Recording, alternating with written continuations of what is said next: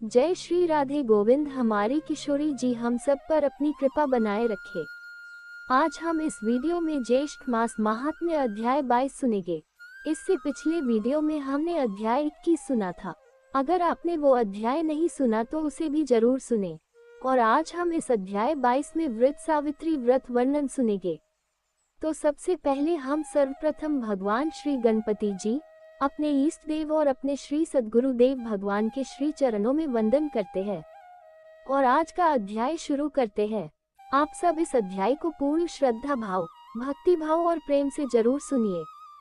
स्कंद जी कहने लगे कि हे ऋषियों, इस ज्येष्ठ मास की त्रयोदशी से लेकर पूर्णिमा पर्यंत 3 दिन तक ये सावित्री व्रत कहा गया है। इसको स्त्रियां सौभाग्य के लिए करती है। पतिव्रता स्त्रियां पूर्णिमा के दिन उपवास कर पतिव्रत तिथि में पारणा करती है। ऋषि कहने लगे कि हे स्कंद जी, हे शदानन, आप इस व्रत की विधि कहिए। स्कंद जी बोले कि हे विप्रो, ज्येष्ठ मास की पूर्णिमा के दिन पतिव्रता स्त्रियां अमृत समान जल से वृक्ष का सिंचन करें और सुंदर गंध, अक्षत एवं पुष्प से पूजन कर भक्ति से नमो वैवस्वताय इस मंत्र को जपती हुई वृत वृक्ष की प्रदक्षिणा के साथ 7 सूत्र लपेटे। इस व्रत को समाहित चित्त से 1 वर्ष तक करें तथा रात्रि में भोजन करें और वर्ष के प्रत्येक पक्ष में वट वृक्ष का पूजन करें। पुनः ज्येष्ठ मास आने पर द्वादशी के दिन सूक्ष्म भोजन करें और त्रयोदशी के दिन प्रातः दातुना आदि करके नियम ग्रहण करें कि हे जगत धात्री, आज से लेकर 3 रात्रि पर्यंत लंघन करूंगी और चौथे दिन चंद्रमा को अर्घ्य देकर उस सती सावित्री का पूजन करूंगी। यथाशक्ति ब्राह्मणों को भोजन कराकर भोजन करूंगी। हे शुभरे, मेरे व्रत को पूर्ण करो, किसी प्रकार विघ्न उत्पन्न न हो। पश्चात सब धान्य से पूरित वंश पात्र को कलश पर स्थापित करें और उस वंश पात्र पर वस्त्र सहित प्रतिमा रखें। स्वर्ण की प्रतिमा ब्रह्मा तथा सावित्री की तथा धर्मराज की प्रतिमा बनाकर पूजन करें। वृत वृक्ष के मूल भाग पर स्थापित व्रत के घट के ऊपर प्रतिमा 3 दिन तक स्थापित करें।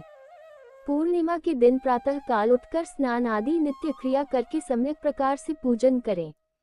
सत्य सावित्री की प्रतिमा स्वर्णमयी बनाकर चांदी की शैया पर स्थापित करें और काष्ठ का बोझ रखें। स्त्री हो, विधवा हो, अपुत्री हो, कुमारी हो, पतियुक्ता हो या सुपुत्री हो, सभी को इस व्रत को करना चाहिए। अर्घ्य का मंत्र, हे ओकार पूर्व के, हे देवी वीणा पुस्तक धारिणी, हे पतिव्रते, हे महाभागे, हे वंदजय, हे शुचिस्मित, हे दृढ़मते, आपको नमस्कार है।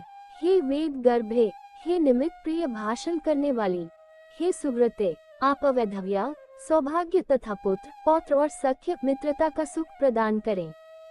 हे सुव्रते, आप इस अर्घ्य को ग्रहण करें, आपको नमस्कार है। हे देव, आपसे देवता, असुर, दानव, मनुष्य सहित समस्त जगत व्याप्त है। हे देव, आप सत्य व्रत को धारण करने वाले हैं।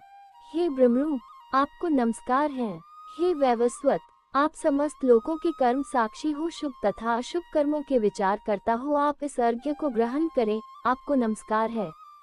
हे धर्मराज, आपको नमस्कार है। हे धर्म रूप, आप धर्मराज है, पितरों के स्वामी हैं, समस्त जीवों के साक्षी भूत है। आप इस अर्घ्य को ग्रहण करें और मुझे पति सुख को प्रदान करें। इस प्रकार 1 वर्ष पर्यंत को व्रत को करें। यदि कोई स्त्री असमर्थ हो तो 1 मास ही कर ले।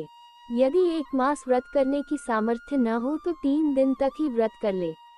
इस प्रकार पवित्रात्मा 1 मास तक उपवास व्रत करें। जो कुलांगना ज्येष्ठ मास में प्रातःकाल स्नान नहीं करती है, महान व्रत रखने पर भी उन स्त्रियों का दुर्भाग्य होता है।